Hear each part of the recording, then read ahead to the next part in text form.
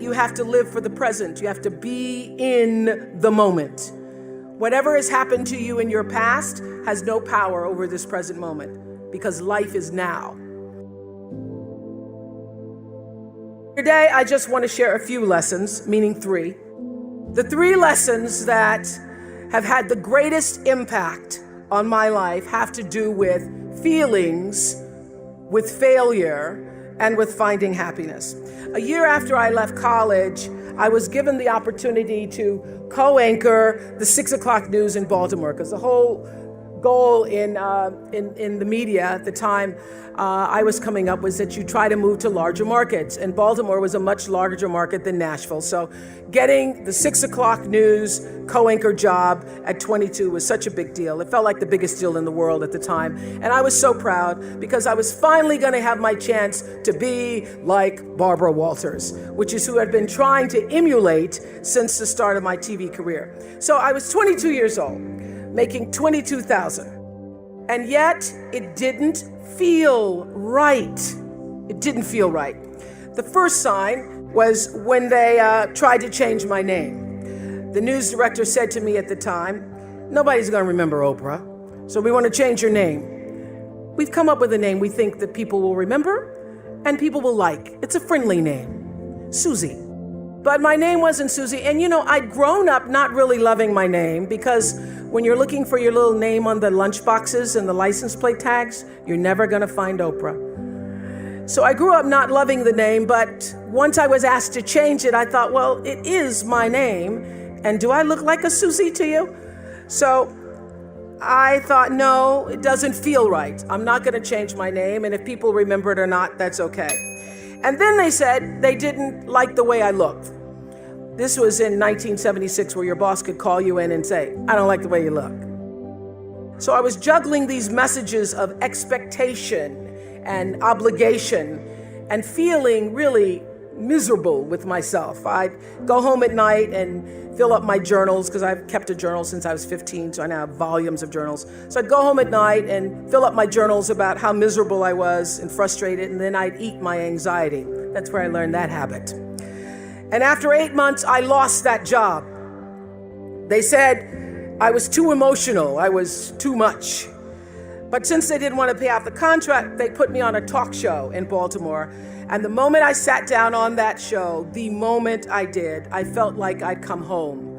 I realized that TV could be more than just a playground, but a platform for service, for helping other people live their lives. And the moment I sat down doing that talk show, it felt like breathing. It felt right. And that's where everything that followed for me began. And I got that lesson. When you're doing the work you're meant to do, it feels right. And every day is a bonus, regardless of what you're getting paid. And how do you know when you're doing something right? How do you know that? It feels so. What I know now is that feelings are really your GPS system for life. When you're supposed to do something or not supposed to do something, your emotional guidance system lets you know. The trick is to learn to check your ego at the door and start checking your gut instead. Every right decision I've made, every right decision I've ever made has come from my gut. And every wrong decision I've ever made was a result of me not listening to the greater voice of myself. If it doesn't feel right, don't do it. That's the lesson. Even doubt means don't. This is what I've learned. There are many times when you don't know what to do. When you don't know what to do, get still. Get very still until you do know what to do. And when you do get still and let your internal motivation be the driver, not only will your personal life improve, but you will gain a competitive edge in the working world as well.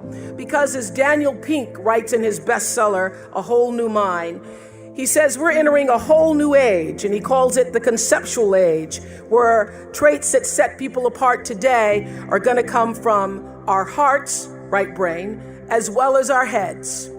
It's no longer just the logical, linear, rules-based thinking that matters, he says. It's also empathy and joyfulness and purpose, inner traits that have transcendent worth. These qualities bloom when we're doing what we love. So when we're involving the wholeness of ourselves in our work, both our expertise and our emotion. So I say to you, forget about the fast lane. If you really want to fly, just harness your power to your passion. Honor your calling. Everybody has one. Trust your heart, and success will come to you. So lesson 1, follow your feelings. If it feels right, move forward. If it doesn't feel right, don't do it. Now I want to talk a little bit about failings, because nobody's journey is seamless or smooth. We all stumble. We all have setbacks. If things go wrong, you hit a dead end, as you will.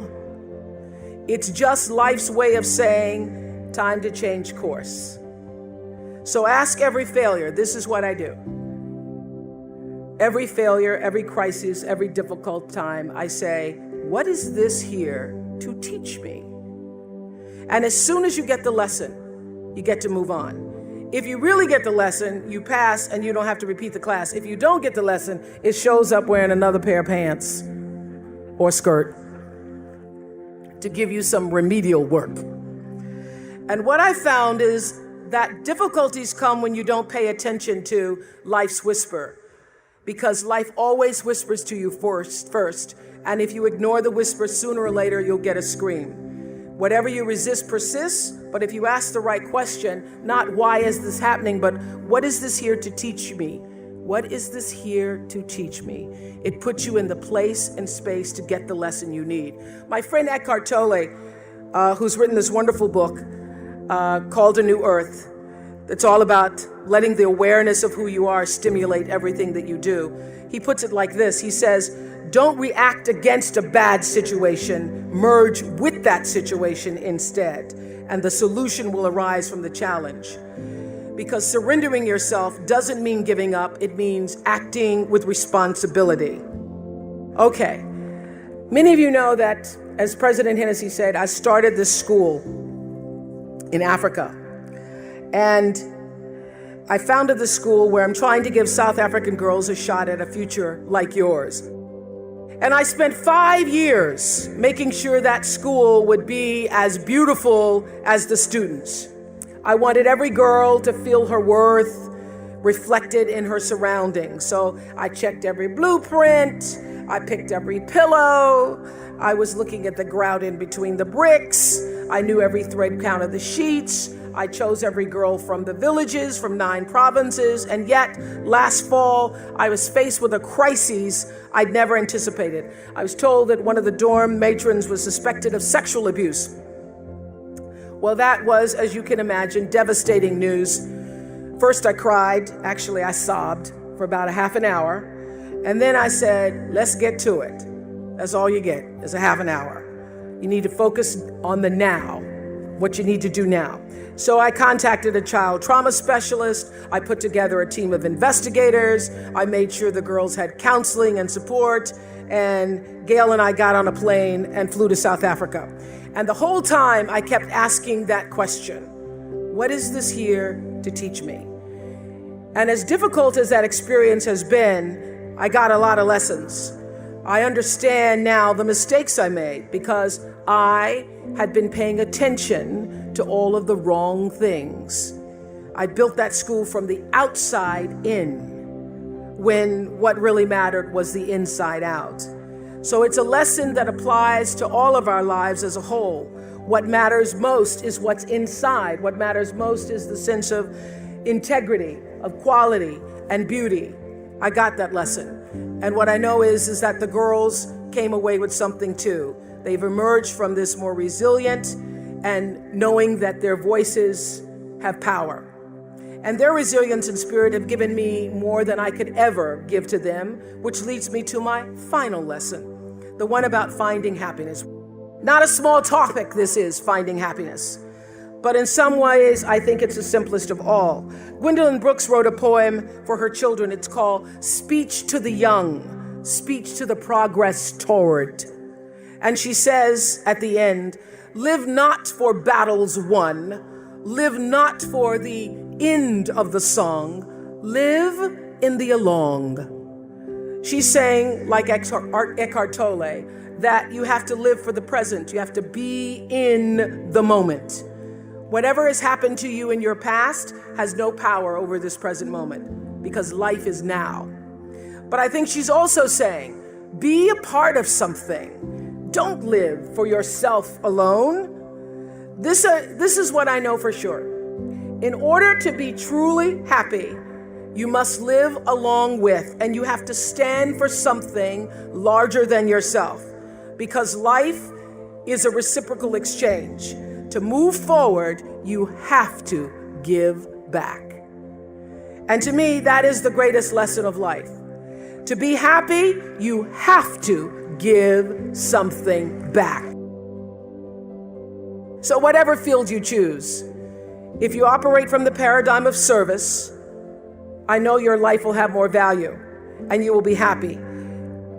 I was always happy doing my talk show, but that happiness reached a depth of fulfillment, of joy that I really can't describe to you or measure when I stopped just being on TV and looking at TV as a job and decided to use television, to use it and not have it use me, to use it as a platform to serve my viewers.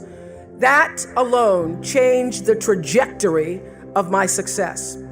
So I know this, that whether you're an actor, you offer your talent in the way that most inspires art. If you're an anatomist, you look at your gift as knowledge and service to healing. Whether you've been called, as so many of you here today, getting doctorates and other degrees, to the profession of business, law, engineering, humanities, science, medicine.